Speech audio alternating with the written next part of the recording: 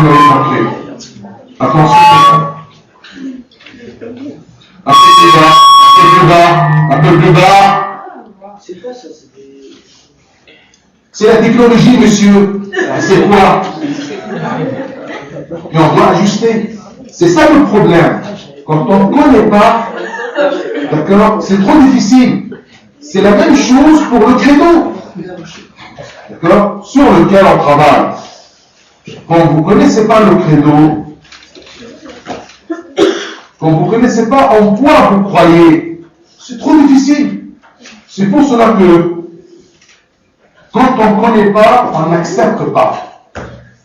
Quand on ne connaît pas la chimie, on n'accepte pas la chimie. Ce n'est pas manque d'intelligence. Parce que tu peux être très intelligent et tu peux accepter des choses trop difficiles parce que tu l'aimes. D'accord? Ou bien parce que tu les connais. Quand on ne connaît pas, d'accord, on se perd. Et on voit de loin que c'est trop difficile. Mais si on commence, surtout par l'aide de quelqu'un assez fort dans ce domaine, ça devient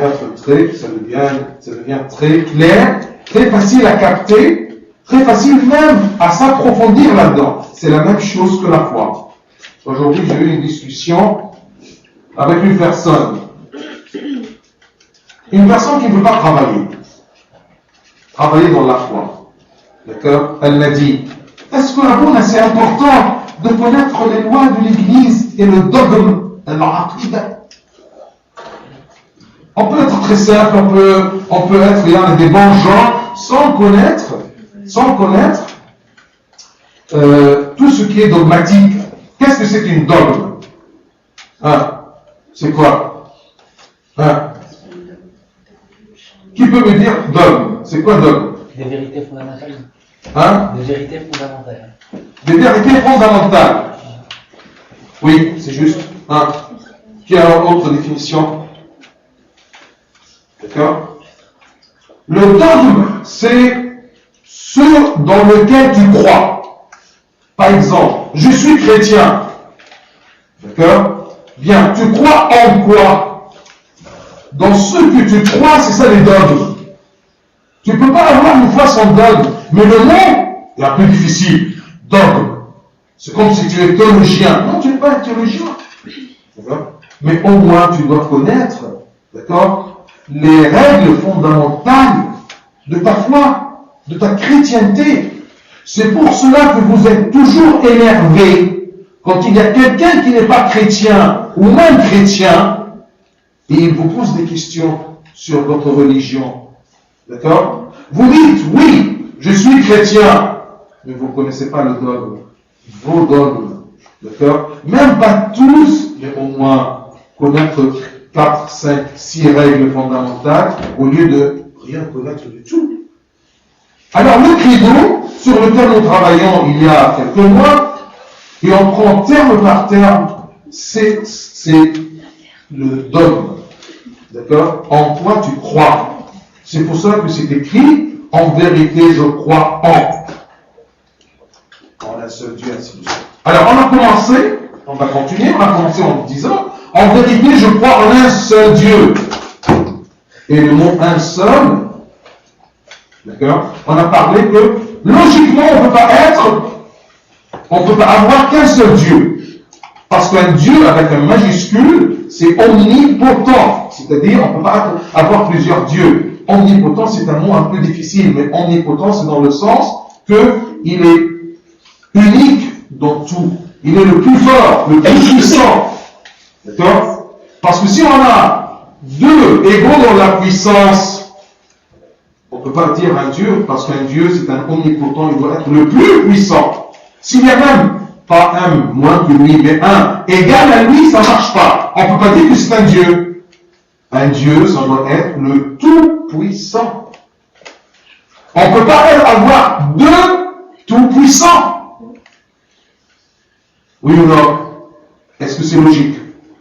Aujourd'hui, c'était les vacances, vous n'avez pas travaillé. Alors, soyez un peu... ça marche? Celui qui a travaillé aujourd'hui, il peut dormir. D'accord?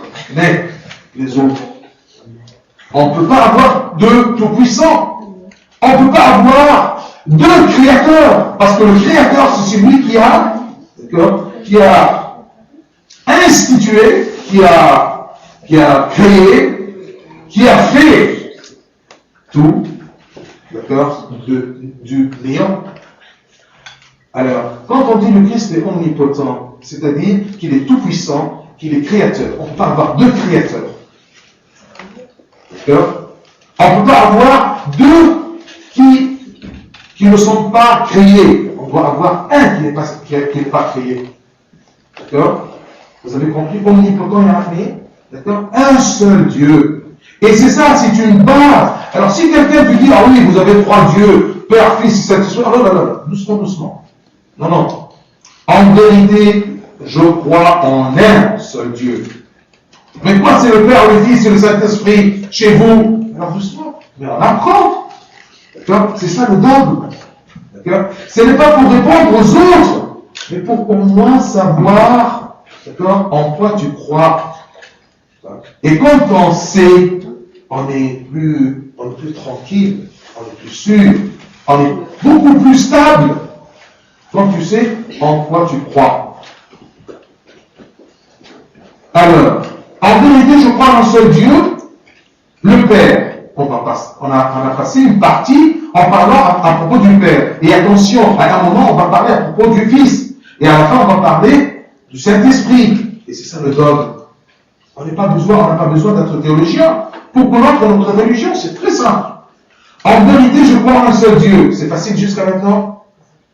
Le Père, tout-puissant, créateur du ciel et de la terre.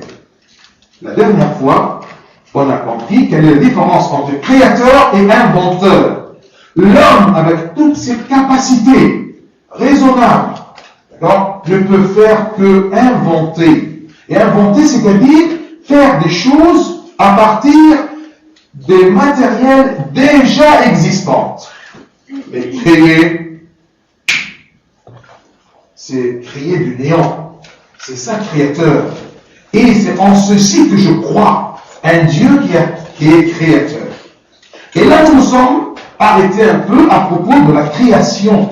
Et on a dit que Dieu, on parle à propos de Dieu le Père, il a créé toutes choses par sa raison. Sa raison, c'est quoi? C'est le Fils. Parce que sa raison et sa parole, c'est la même chose. C'est ça. Quand quelqu'un vient me dire, ou moi-même je doute à propos du Fils et du Père, mais qu'est-ce que c'est le Père, le Fils? Ce n'est pas une filialité, une filiation, d'accord, charnelle. Monsieur un tel s'est marié avec la déesse un tel, d'accord, alors ils ont eu un fils. Non. C'est comme je dis que ma parole, d'accord, ou mes pensées sont les filles ou les fils, d'accord, de ma raison. Ou, comme par exemple un poète, il dit que mes poèmes, d'accord, sont comme mes enfants. Quelque chose de très cher pour moi. D'accord? Oui ou non? Donc le Fils est la parole de Dieu. Et on a joué des choses un peu pour que vous soyez un peu théologien. On dit que le Fils est la parole raisonnable de Dieu ou la raison verbale de Dieu. D'accord? C'est difficile, Georges? C'est sûr, si. Parce que tu peux pas écouter, ça bien, ça passe? Passe. Donc, moi j'ai un problème. Père Luc a résolu le problème par sa raison. Qui a résolu le problème? Qui? J'ai résolu le problème par ma raison. Alors, qui a résolu le problème? C'est la raison d'Abonaloua. Ou c'est Abonaloua? Eh bien, exactement! C'est ça qu'on donne. Quand on dit que la solution, que nous sommes sauvés par le Père ou par le Fils, sa parole, c'est la même chose. Il y a des détails là-dedans. D'accord? Mais le Père a sauvé l'humanité. Comment? Par son Fils. C'est comme je dis, Moi, à Bonanoir, j'ai résolu le problème par ma raison. Mais ma raison et moi, c'est la même chose. C'est la même, comment dire ça, c'est la même entité. Une seule chose. D'accord? Entre le Père et le Fils, comme exactement entre Père Lucas et sa raison avec laquelle il a résolu le problème. Je vous rappelle rapidement des phrases ou des éléments fondamentaux, des dogmes qu'on a dit, et on se base sur des versets. Si tu connais ta Bible et tes versets, tu ne vas pas chercher des phrases, tu ne vas pas essayer de former des phrases, mais au moins, d'accord, tu auras des versets clairs dans ta tête. Pour toi, premièrement, et ensuite pour les autres. Et ça va te donner une sûreté dans ta pratique religieuse. Tu vas sentir vraiment que tu es religieux. Et celle qui m'a parlé à propos de dogme, parce qu'on doit avoir le dogme, connaître le dogme pour aller au royaume des cieux. Je lui dis bien sûr, parce qu'on ne peut pas avoir un niveau spirituel, d'accord, que si on connaît qu'est-ce que c'est, que si je suis le Seigneur qui est le maître de ce royaume. Et pour suivre ce Seigneur qui est maître, pour suivre ce roi qui règne dans ce royaume, je dois savoir qu'est-ce qu'il me dit de faire. Il est quoi ce Dieu-là? Je suis un roi, je ne sais pas de quoi il parle, de quoi il s'agit. Ben, ça ne marche pas, c'est ça le dogme. Et c'est pour cela que, entre toi et toi-même, quand tu es seul comme ça, et tu te poses des questions, est-ce que je suis chrétien, mais alors, d'accord, ça diffère en quoi avec les autres copains et copines, d'accord, mais je connais monsieur un tel, d'accord, mais il est super, d'accord, mais il n'est pas chrétien. Il dit que tout ce qui est religion, ça ne lui intéresse pas. Mais c'est un homme, pas. Attention, diffère toujours entre la conduite et la vie spirituelle. Il y a une différence. Tu peux avoir tout simplement quelqu'un qui respecte le code de la route, respecte les lois de la République, d'accord, et est un homme respectable. Alors tu dis qu'il est bien, vous voyez, mais tout simplement, il y a une différence comment? Je vous ai dit qu'il y a deux qui ne volent pas. Le résultat c'est quoi? Que ces deux ne volent pas. Ils sont honnêtes, mais il y a un qui est honnête par conduite et l'autre est honnête par spiritualité. Il y a un qui est honnête parce que la loi exige qu'il soit honnête. Il a peur de perdre, d'accord, son loup ou son prestige ou son honneur. Et l'autre, il ne vole pas parce qu'il a peur de perdre son royaume, parce que son Christ, qui l'a sauvé, et il comprend qu'est-ce que ça veut dire qu'il l'a sauvé, d'accord, lui dit ne vole pas. Alors, celui qui a une conduite, si un jour la société lui permet de voler, il va voler. C'est comme Joseph le pur, il était avec la femme de son maître, et la femme de son maître lui dit, viens, fais, commets le péché avec moi. Il a dit, comment je peux faire ça? Mais ne sois pas bête, parce que tout simplement, tout est permis là, d'accord? Et ta supérieure, la femme de ton maître, il t'a dit, viens, on va commettre la faute, le péché. Lui, qu'est-ce qu'il a dit? Je ne peux pas faire ce mal devant mon Dieu. Ah! Ça, la spiritualité.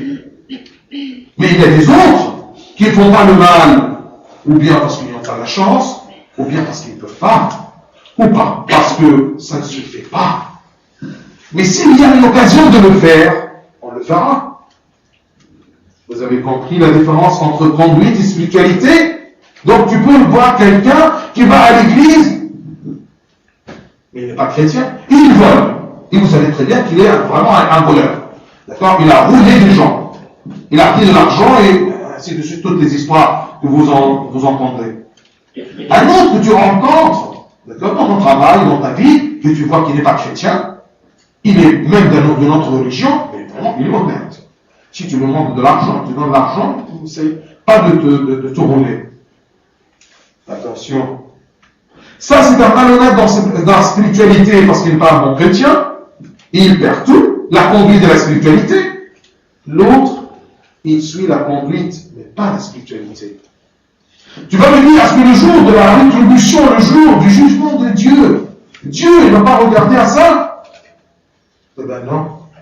Parce que Dieu veut savoir où celui qui l'intéresse, c'est un chameau. Tu as vu Antoine le chat? Bien. Nous étions où? Le jour de la rétribution. Hein? Le jour de la rétribution. Le jour de la rétribution. Dieu s'intéresse. Pourquoi tu étais honnête? Est-ce que pour moi, ou par peur des gens, ou pour les gens? Les gens qui suivent la conduite par peur de la loi ou par respect de la loi c'est fait par les hommes. D'accord? Quoique, la bonne conduite est une partie indispensable de la spiritualité. Parce que même Dieu te dit, soumets-toi aux autorités humaines. Oui. Ah oui, je dois me soumettre? Oui. Parce que tu crois bien dans ton credo que le Père est tout puissant, il contrôle tout. D'accord? On ne peut pas avoir une dictature sans la permission et l'autorité de Dieu. Vous voyez? C'est clair. Même Saint Pierre, il dit dans son épître que soumettez-vous aux autorités en sachant quoi? En sachant que toute autorité est faite par Dieu pour punir le mal et récompenser le bien. Alors ne faites pas le mal. Là, j'ai pensé un peu sur Saddam Hussein. D'ailleurs, vous savez très bien, vous êtes au courant sûrement qu'il attend son exécution par pendaison. On dit ça? Pendaison. D'accord? Il sera pendu. Mais attention, les victimes de Saddam Hussein, ils ont été victimes, ils ont été tués. Pourquoi? Parce qu'ils n'ont pas suivi ce qu'ils disaient comme roi ou comme président. Vous voyez? Mais attention, ils ne demandaient pas à Saddam Hussein, je ne défends pas Saddam Hussein, mais je vous dis comment nous les chrétiens, on doit être soumis, comme Saint Pierre nous dit. Et ça prouve, d'accord, aux Romains, il dit soumettez-vous aux autorités, une soumission aux autorités. Sauf si les autorités vous éloignent de Dieu. D'accord? Si Saddam Hussein dit tue, d'accord? Eh ben non. Vole, eh ben non. Et tant pis, si tu me tues, tu me tues. Mais je ne peux pas le faire. Mais le problème, c'est que les gens qui étaient victimes, la plupart, si je ne me trompe pas, c'était contre le pouvoir de Saddam Hussein. Vous voyez? Et attention, Saint Pierre était un peu précis. Il a dit, je vous exhorte comme étrangers. D'abord, il a dit que rappelez-vous que vous êtes étrangers. Un homme normal ne peut pas accepter ce que je dis parce qu'il doit, non, on lutte contre eux. Ce n'est pas ton devoir comme chrétien. D'accord? Ton devoir, c'est de te préparer pour le royaume. Laisse tomber tous ces royaumes terrestres. L'importance, d'accord, qu'on trouve ou qu'on voit tes bonnes œuvres, d'accord, ton bien vis-à-vis de ces autorités. Ils sont des tyrans, oui ou non? Si tu es bien et tu marches droit, tu ne seras jamais touché par le tyran. D'accord? Le tyran est toujours contre celui qui le cause. Il y a des gens qui ont l'art de se opposer. Ils ont l'art de ça. La plupart des journalistes, s'ils veulent vraiment avoir un éclat, pardon les journalistes, d'accord, ils doivent être toujours opposés. Ou dévoiler, d'accord, dénuder tout simplement la vérité des gens. Un chrétien, je dis non, c'est pas son affaire. Vous voyez? Comme il y a un avocat qui gagne, alors il peut défendre, d'accord, il peut défendre n'importe quelqu'un, même s'il est coupable, mais il le défend pour avoir de l'argent. Il y a un avocat qui est honnête. Non, je ne défends pas que si moi-même, je suis, d'accord, convaincu que mon client est innocent. Vous voyez? Je prends des exemples comme ça en survolant sur la vie, mais chacun est sa vie spirituelle. Et croyez-moi, si quelqu'un met sa confiance en Dieu, il ne va pas le mettre, il ne va pas permettre de le mettre dans des situations, d'accord, où il va dire mais comment faire. Il va te donner toujours par son Esprit Saint qui est en toi, d'accord, la sagesse, comment réagir, d'accord, pour bien vivre et pour gagner ton royaume. Mais on doit toujours connaître en quoi nous croyons. Ça, c'est la différence entre la conduite et la spiritualité. Essaye de prendre ce dogme-là, cet exemple de Joseph, le pur, qui n'a pas fait le mal parce qu'il suit son Dieu, non pas la loi. Et, excusez-moi, je vais vous donner un autre exemple. D'accord? Toute la société humaine, jusqu'au commencement du XXe siècle, ils étaient contre l'homosexualité. Vous voyez? Autre que Saint Paul, chapitre 1er aux Romains, d'accord, il refuse clairement et nettement. D'accord? Mais, est-ce qu'aujourd'hui, d'accord, est-ce qu'on peut dire que l'homosexualité est refusée par la société? La France a accepté. Et pire, l'adoption. D'accord, d'un enfant. Alors, papa et papa bis. D'accord? C'est nul pour l'humanité. Ils vont récolter leurs résultats, ça un peu plus loin. L'Église, bien sûr, s'oppose, d'accord, mais la société accepte. Et la société accepte pourquoi elle est convaincue? Non, parce que la plupart des gens sont comme ça, et sous prétexte de la liberté, c'est écrit, nous les chrétiens, on a un dogme, on a une pensée dans l'Évangile qui nous dit, d'accord, que la liberté ne soit pas une excuse pour faire le mal. D'accord? Donc, sous titre de liberté, on fait tout ce qu'on veut parce que je suis libre. Et maintenant, tu es libre. Tu es libre, bien sûr, de choisir le chemin, le bon chemin ou le mauvais chemin. Mais ça n'empêche pas ta liberté que le mauvais chemin mène à la perdition et le bon chemin mène au royaume, au salut. Alors, il est Christ, Saint Paul est dit, il est Christ, puissance de Dieu et sagesse de Dieu. On parle toujours sous le terme de le Père créateur. Il a créé par son Fils. On enlève le Fils, on met raison. On enlève le Fils, et on dit la parole de Dieu.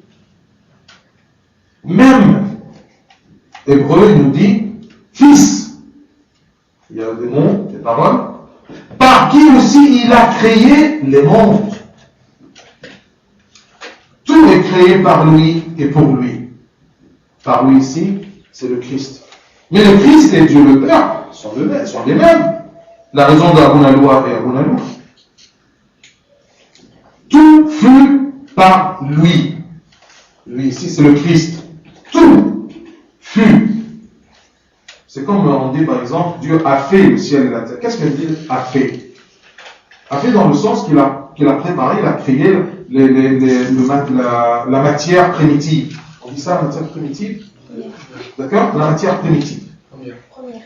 La matière première. D'accord? C'est ça. Il a fait ça. C'est ça créer. De faire.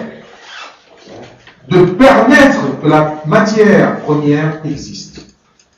Tout fut par lui. Est-ce que tu crois que Dieu, le Créateur, et le mot Créateur veut dire que tout fut par lui, et rien de ce qui fut ne fut sans lui? Ça, c'est Jean 1er. Premier chapitre, 3e chapitre de l'évangile de Saint Jean. Je répète ce verset. Ça, c'est un dogme. Ça, c'est une réalité fondamentale. Que Dieu en qui tu crois est unique, tout-puissant, créateur de tout. Tout fut par lui, et rien de ce qui fut ne fut sans lui. C'est clair? Donc, Dieu et sa raison, Dieu et son Fils sont un seul être, une entité. D'accord? Qui peut me donner un synonyme de entité? Unité, mais entité est beaucoup plus professionnelle là-dedans. Vous voyez? Mais, donc, si Dieu est le créateur de tout, c'est-à-dire qu'il domine ce tout. Parce que le créateur domine. Toujours le créateur domine sa créature. Ça, c'est un dogme. C'est un principe. C'est pour cela qu'il y a des gens dans des éditions des évangiles, nouvelle édition, quand ils traduisent esclaves de Dieu, non les esclaves de Dieu, abid Allah. Vous voyez, en arabe c'est abid. On le traduit en quoi? Abid, ça se traduit en quoi en français? Mais non, ils disent serviteur. Mais non, même le mot grec, que je ne connais pas, a dit que même le mot grec dans lequel l'évangile du Nouveau Testament est écrit, ou l'hébreu, veut dire esclave. Vous voyez? Esclave, mais dans le sens d'esclave qui se vend par sa propre volonté à son maître. Vous savez, dans le monde des esclaves, il y avait quelque chose. Si je me rappelle bien, c'est l'esclave avec un oreille trouée ou percée. Est-ce que c'est quelque chose de bien ou c'est quelque chose de mauvais, à votre avis? Eh bien, c'était quelque chose de bien, mais dans quel sens? Si, après tant d'années, il y avait une loi de libérer les esclaves, si l'esclave refuse la libération parce qu'il aime son maître lui perce l'oreille pour dire qu'il a voulu être mon esclave par son propre gré. Et est-ce qu'il y avait des esclaves qui faisaient ça? Eh bien oui. Un esclave qui a bien aimé son maître. Est-ce que ça existe? Eh bien oui. Si c'est un bon maître, l'esclave, il va l'aimer. L'homme, il va l'aimer.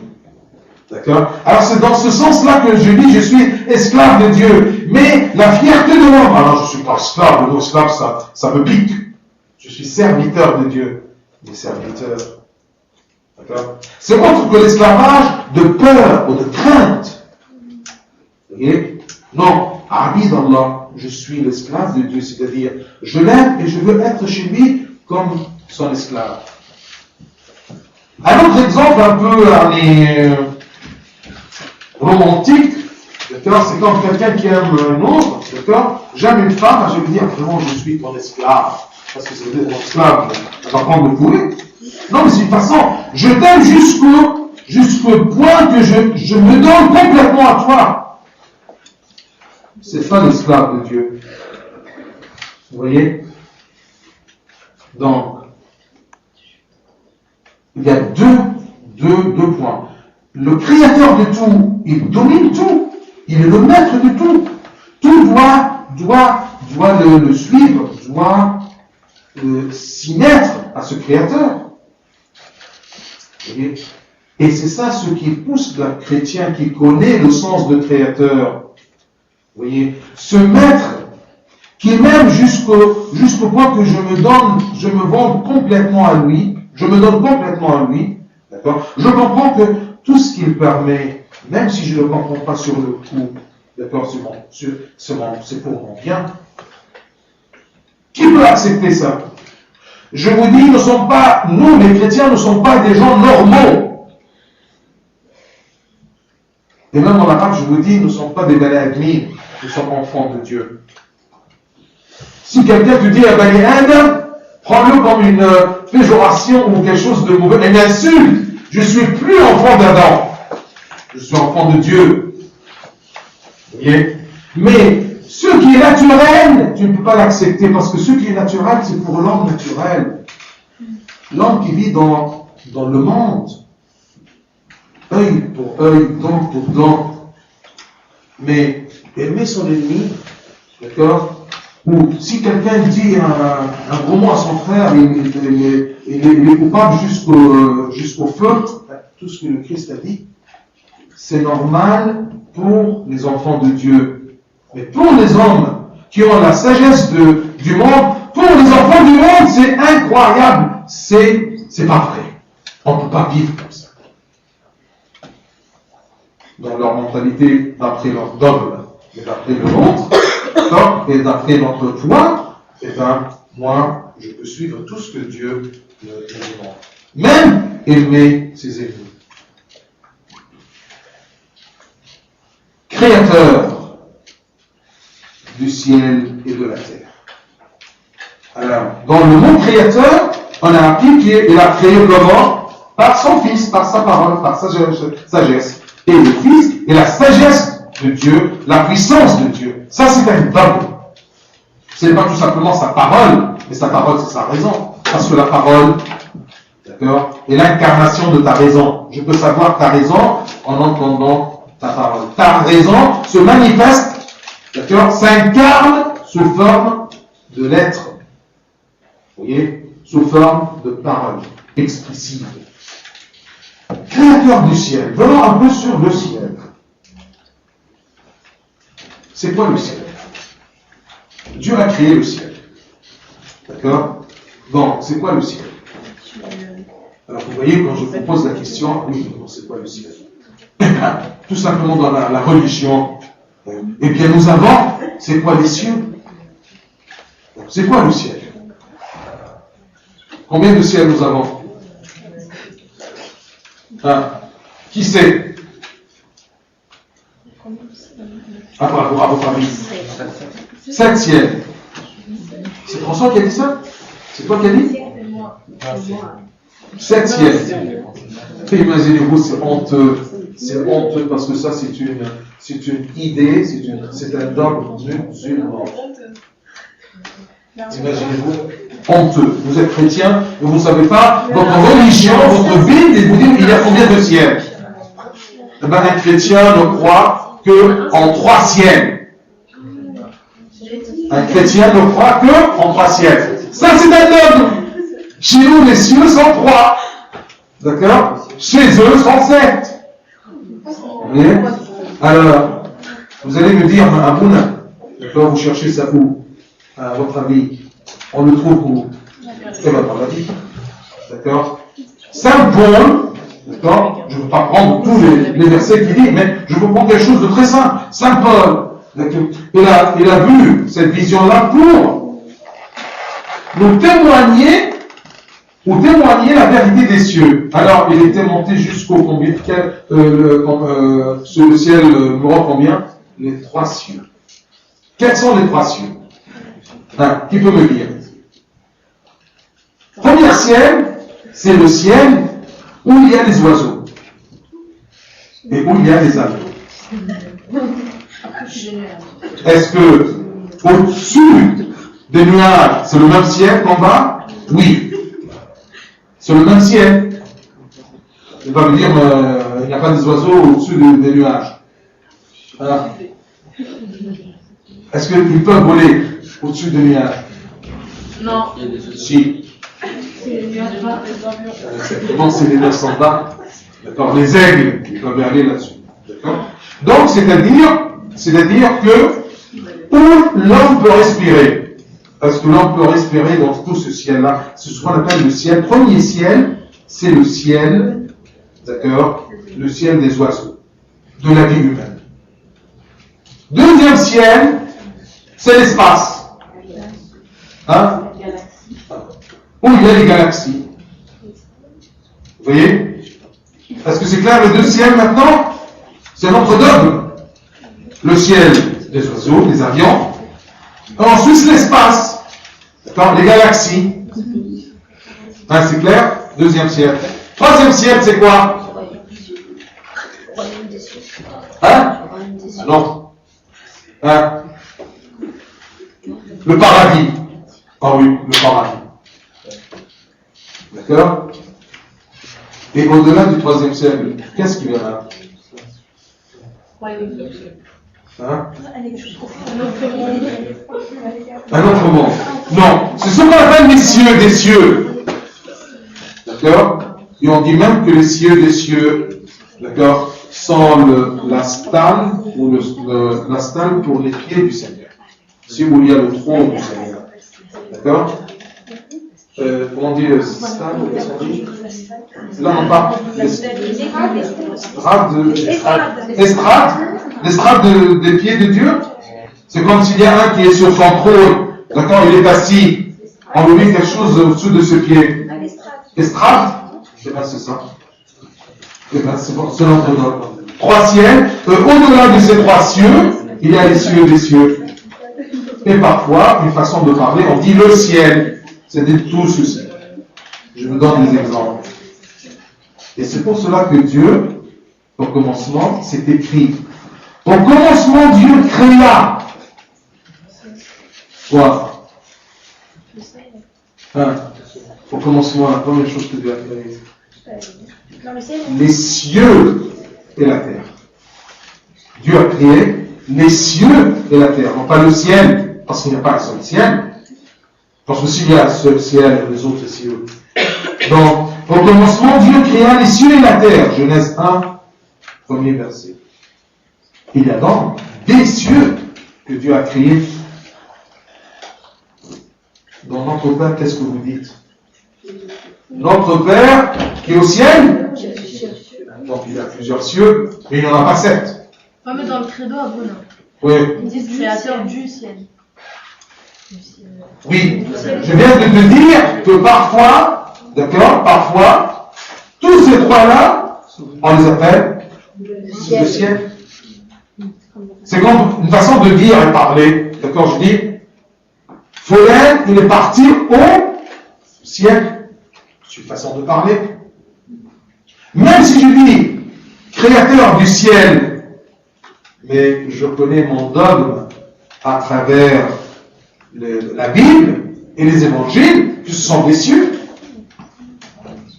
D'accord? Et je viens de vous donner tout simplement un autre exemple où c'est écrit ciel. C'est comme par exemple, écoutez ça.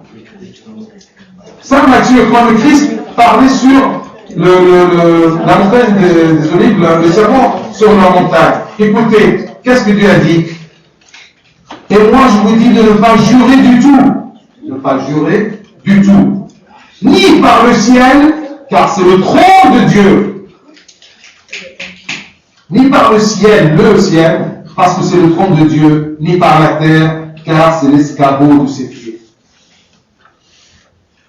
Est-ce que c'est vraiment, d'accord, ne jurerai pas par le ciel, quel ciel? Mais c'est une façon de dire les cieux. Donc c'est comme dans le credo le ciel, mais ça n'empêche pas que Saint Paul nous a révélé qu'il y en a 3. D'accord? Alors, il nous a signalé Saint Paul en disant qu'il fut enlevé jusqu'au 3e ciel. Et il dit, cet homme fut enlevé jusqu'au paradis. Donc le 3e ciel, c'est le paradis. Premier ciel, c'est le ciel où vont les oiseaux, les avions et tout ça. D'accord? Mais bien sûr, le temps des pères qui ont expliqué le premier ciel, ils ont dit les oiseaux, mais ils n'avaient pas des avions. Vous voyez? Aujourd'hui, on dit oui, et les avions aussi. Mais un avion ne peut pas sortir dans le 2e ciel. D'accord? Ça explose. Et un proverbe qui dit quoi? J'ai pris des échantillons. Un proverbe qui dit quelqu'un qui est fort, il est vraiment très spirituel, on dit que comme l'aigle prend le vol vers les cieux. Alors parfois le ciel, on l'appelle les cieux, et parfois les cieux, on les appelle le ciel. Mais ça n'empêche pas que notre dogme en croit.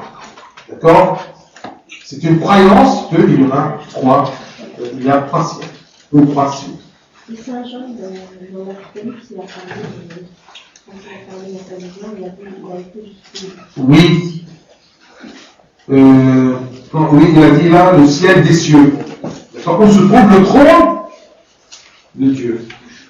D'accord? Donc qu'est-ce que tu veux L'Apocalypse, quand il explique, c'était l'autel et puis les martyrs qui sont sur les pieds de l'autel et tout ça. Oui, mais je n'ai pas sur les yeux. D'accord? Oui, c'est sûrement. Le roi Salomon. Qu'est-ce que veut dire le roi Salomon? Tout ça à propos du ciel. D'accord? Pour ne pas dire qu'il y en a 7. D'accord? Ou il y en a 1, ou il y en a 5. On parle tout le temps du 7e ciel. 7e ciel. Alors, vous voyez, ça, c'est un exemple vraiment d'être chrétien, de savoir en quoi je crois. Alors, le roi Salomon, qu'est-ce qu'il dit? Voici les cieux et les cieux des cieux ne peuvent te contenir. Combien moins cette maison que je t'ai bâtie.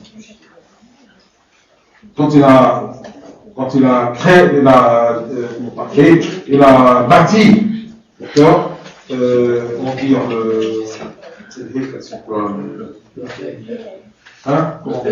le temple de Dieu, okay, il a dit à Dieu, voici les cieux et les cieux des cieux ne peuvent te contenir. Combien moins cette maison que je t'ai bâtie. Et même dans les psaumes.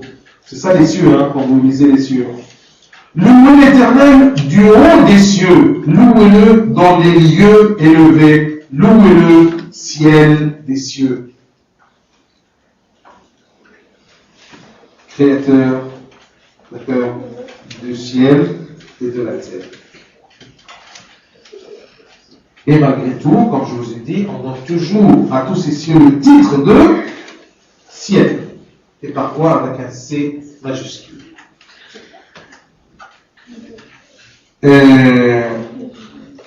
Ici dans la création, je peux vous citer quelque chose. C'est écrit que, car en 6 jours le Seigneur a fait le ciel et la terre, la mer et tout ce qu'il en contient, mais il se reposait le 7e jour. Qu'est-ce que ça veut dire qu'il s'est reposé le 7e jour? Et quand il s'est reposé, toi quand tu te reposes, qu'est-ce que tu fais? Tu dors. D'accord? Tu descends pour t'embalades un peu dans la rue. Mais alors Dieu, d'accord, qui a créé le ciel des cieux, qu'est-ce que ça veut dire se reposer? Et qui dit qu'il s'est reposé? Qui l'a vu?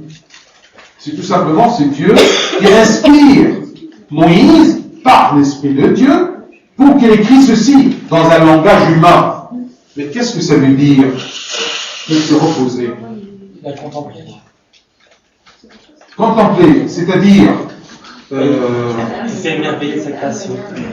se contempler, ça veut dire qu'il regarde, ah, c'est beau. Admirer son Il a travail. admiré son travail. Il s'est émerveillé. Il s'est émerveillé. D'où tu as eu ça? L'Esprit Saint. Ah, tu t'as donné maintenant. Oui, puisque tu t'es assis à la fournaise, d'accord, règle à la règle. Alors, sûrement l'Esprit Saint. Il a travaillé. Non. Dieu s'est reposé dans le sens qu'il a changé de travail.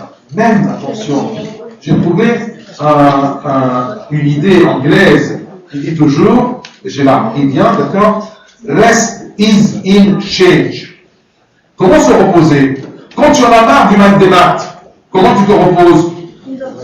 D'accord? En étudiant de la chimie, par exemple. Alors, reste, c'est de dire, se reposer, c'est en changeant l'activité que tu fais. Vous voyez? C'est ça le vrai repos, le changement. Ce n'est pas de dormir. Tu vas me dire, oui, dormir c'est un genre de changement, mais ce n'est pas toujours la façon de se reposer, parce que tu peux être très fatigué, et tu essaies de dormir, mais tu n'arrives pas, et tu te fatigues beaucoup plus. Vous voyez? Alors, même on a eu une étude un peu psychologique en disant que les gens, avec le week-end, que chaque week-end, savoir que samedi, d'accord, ou vendredi soir, ils doivent laver la voiture pour se préparer pour faire des courses, pour partir samedi soir, pour passer le dimanche, je ne sais pas où, d'une façon répétée, c'est une fatigue. Vous voyez?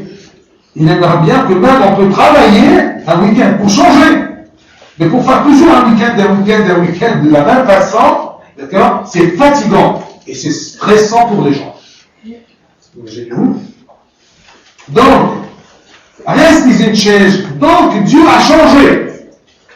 Il a fait autre chose. Non pas contempler, mais quand on fait quelque chose, quand tu fais une chose, d'accord, il y a tout ce qu'on dit, entretien, d'accord, eh bien, on la garde. Vous voyez, on la protège, Parce que sinon, Dieu a créé la chose, il a regardé, c'est bon, il a laissé, il a cherché ailleurs.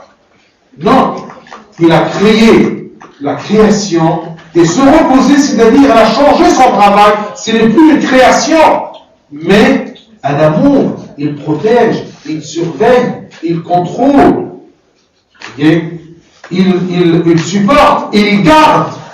Et c'est pour cela quand la créature a déchu à cause d'Adam, le maître de la création, Dieu il était là, il a dit attention, n'ayez pas peur, d'accord, j'ai un salut, j'ai une solution, mais ça sera dans le temps opportun.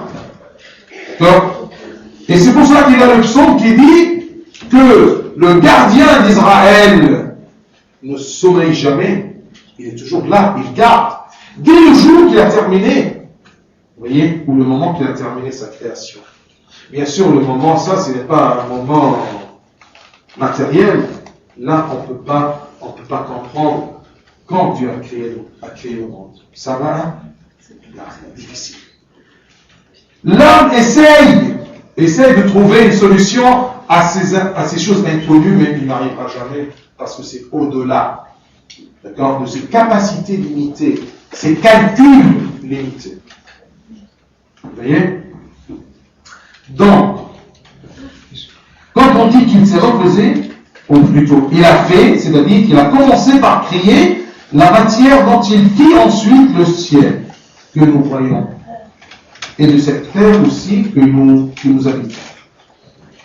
Il a créé le ciel, mais est-ce qu'il y a des choses dans les cieux? On dit le ciel et la terre et tout ce qui le renferme. La terre, bien sûr, on va voir ce qu'il renferme, mais le ciel, qu'est-ce qu'il renferme? Le ciel, qu'est-ce qu'il renferme? Qu'est-ce qu'il y a dans les cieux? Il y a des anges. Vous voyez? Il a créé le ciel avec tous les anges. Les groupes célestes, tous leurs corps, R-A-N-G-S, leurs ordres et leurs groupes, toutes les foules innombrables. Tout ceci, vous entendez dans la messe. D'accord? Mais vous ne prenez pas attention, vous ne faites pas attention à ça. Vous voyez? Toute la foule innombrable des forces célestes, les principautés, les trônes, les seigneuries, les souverainetés. Vous entendez ceci? D'accord? Les principautés, les trônes. Vous voyez? Ou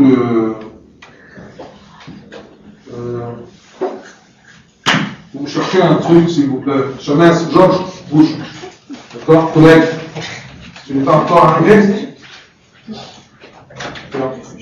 Eh bien, les cieux, c'est pas vide, c'est plein, toute une population des anges et des rangs des anges. Vous voyez? Eh bien, Dieu, le Créateur, il a créé tout ça. Colossiens, l'épître de Colossiens, chapitre 1er. Écoutez. Car en lui, c'est-à-dire le Christ, car en lui, tout a été créé. En lui, dans le sens que, dans le Christ, c'est dans la raison de Dieu, c'est par le Fils. En lui, par lui, d'accord. Tout a été créé. Tout a été créé. C'est un dogme. Dans les cieux et sur la terre, les êtres visibles comme les invisibles, trône, souveraineté, pouvoir, tout est créé par lui et pour lui. Regardez ici dans quand on dit lui qui est assis sur le trône de sa gloire et qu'adore toutes les puissances célestes. Et là, le diable commence à hurler en se disant, d'accord, levons-nous, parce qu'il y a des gens qui sont assis, qui traînent comme ça, ils sont à leur aise, la façon de s'asseoir. Alors c'est pour cela que l'Église dit, ah non, attention, nous sommes à l'Église durant la liturgie, et dans la maison de Dieu, nous sommes en présence de Dieu. Levons-nous. Levons-nous pour qui? Ah, parce que tu es en présence de quelqu'un, non pas n'importe qui, mais de quelqu'un qui est assis sur le trône de sa gloire et qu'adore toutes les puissances célestes. Alors, comment toi, poussière, tu t'assieds à ton aise? Ah non, levons-nous. Et c'est pour cela que dans l'ancienne Église, l'Église primitive, il n'y avait pas de chaise. D'accord? Vous voyez toujours ça chez les Byzantins, les Russes, les Grecs, d'accord? Il n'y a pas de chaise. mais au fond, il y a quelques bancs pour les âgés, ou, d'accord, tout autour, contre le mur, il y a des sièges comme ça. Et ensuite, le diacre dit, levons-nous. Abouna, il continue. Toi, devant qui se tiennent les anges, les archanges, les principautés, les dominations, les trônes, les seigneuries et les puissances? Alors là, le Shamas, qu'est-ce qu'il dit? Regardez vers l'Orient, ou bien l'autel. Vous voyez, parce qu'il y a des gens qui font attention. Le Shamas, il est là tout simplement pour comment dire, attirer, pour donner des consignes. Méfiez-vous, levons-nous. Vous voyez, levons-nous, regardez vers l'Orient. Oh, Ya'al. Parce que nous sommes devant le Créateur du ciel avec tout ce qu'il renferme. Regardez vers l'Orient, il continue un bout. Cette partie de la messe, ça doit. Pourquoi on l'a instituée, cette partie? Tout simplement pour dire aux gens, méfiez-vous, vous devez être conscient devant qui vous êtes. Vous êtes présent. Vous voyez? Il continue.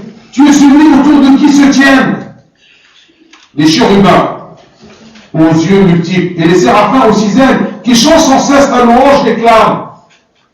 Et on commence à imiter ces créatures, ces armées célestes en disant Saint, Saint, Saint, Dieu Sabaoth.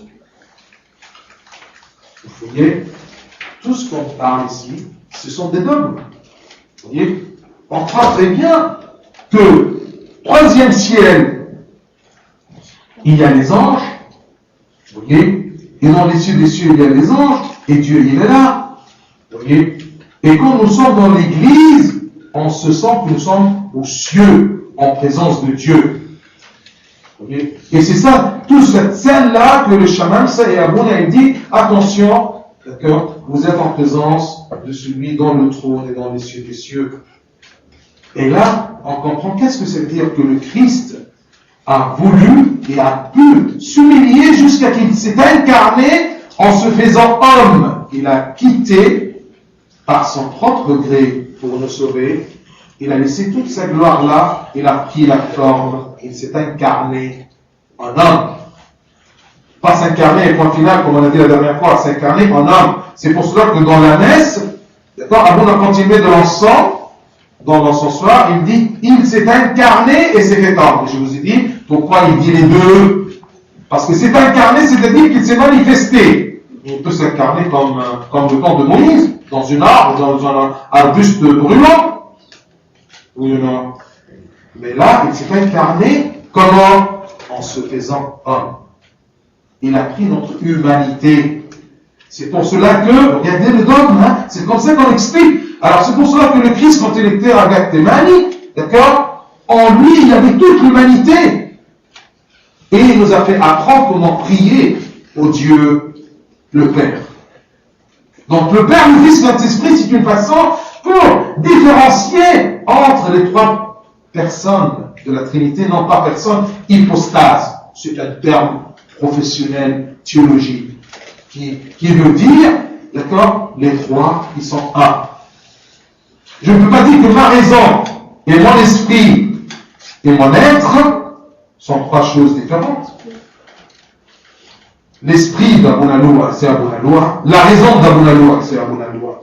La voix d'Abounaoua, quand je te téléphone, quand tu dis à maman, oui, c'est Abounaoua. C'est Abounaoua, elle est rentrée par le fil, là. Et c'est moi, c'est ma parole. C'est clair? Alors, ces trois choses en moi, on les appelle par hypostase. Vous voyez? Mais je ne peux pas dire que ce sont trois personnages. Ou je ne peux pas dire trois choses. Chose, c'est un terme qui n'est pas précis. Alors, pour préciser, ou pour définir ces trois choses dans la Trinité, on l'a appelé hypostase. Et c'est un terme ecclésiastique, c'est un terme religieux, c'est un terme théologique qu'on n'utilise que pour, d'accord, montrer ou démontrer les trois personnages de la Trinité sainte. Père, Fils et Saint-Esprit. C'est ce qu'on appelle en arabe Oknoum. D'accord? les gens, c'est le Kounou, c'est comme ça. On a trouvé en arabe, on a traduit, d'accord, que ce hypostase se traduit comme ça. On doit retenir ces choses. Dans chaque métier, il y a des termes professionnels où il y en a. Vous voyez, quand vous êtes les avocats, là, ceux qui commencent à étudier le droit, d'accord, vous avez des termes que si vous me les dites, d'accord, je ne comprends rien du tout. D'accord. Et même quand il y a des impôts, des choses comme ça sur les journaux, mais il y a des termes, ce sont des paroles françaises, mais vraiment, d'accord, la phrase, vous ne comprenez rien du tout. Écoute, c'est ça. C'est clair? Bien. Je vais m'arrêter là, mais c'est bizarre. On a parlé beaucoup à propos de la création.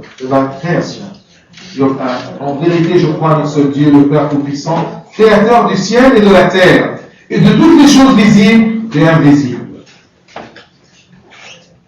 La prochaine fois, on va terminer rapidement visible et invisible pour rentrer dans la nouvelle partie de Credo qui parle à propos du Seigneur, le Fils. Cette partie-là, c'est la partie qui parle à propos de tout ce qui nous concerne à propos du Père. En vérité, je crois en un seul Dieu, le Père, Tout-Puissant, Créateur du ciel et de la terre, de toutes les choses visibles et invisibles. Donc, Père dans ta tête, c'est un Dieu Créateur et Tout-Puissant et unique. Donc maintenant, tu peux comprendre que être chrétien, c'est quoi? On a un seul Dieu, Tout-Puissant et Créateur. Au moins, vous connaissez maintenant le nom de votre Père céleste. Unique, puissant, non pas puissant, tout puissant. D'accord? Et créateur. Question. On fait un chant. Jean-Marc. Il est où? Alors là, vous comprenez parfois, d'accord, que devant sur l'autel, on écrit ça, c'est la porte du ciel. Parce que l'autel, le trône du Seigneur. Vous voyez, comme ça vous comprenez pourquoi on honore bien l'autel. Et jusqu'à maintenant dans l'église copte, eh bien, on refuse de rentrer dans l'autel avec les chaussures. Monsieur. Donc je te tout simplement pour continuer sur bien sûr un chant.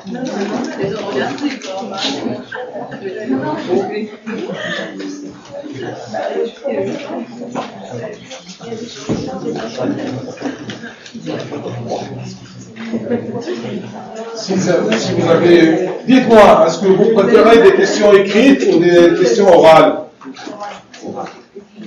Orales? Qui veut, mais en général, qui veut que ce soit on vous prépare des papiers ou quelque chose pour écrire des questions? Oral, vous préférez oral? Qui veut oral? Alors les autres veulent écrit? Mais alors pourquoi? Qui veut que ce soit écrit?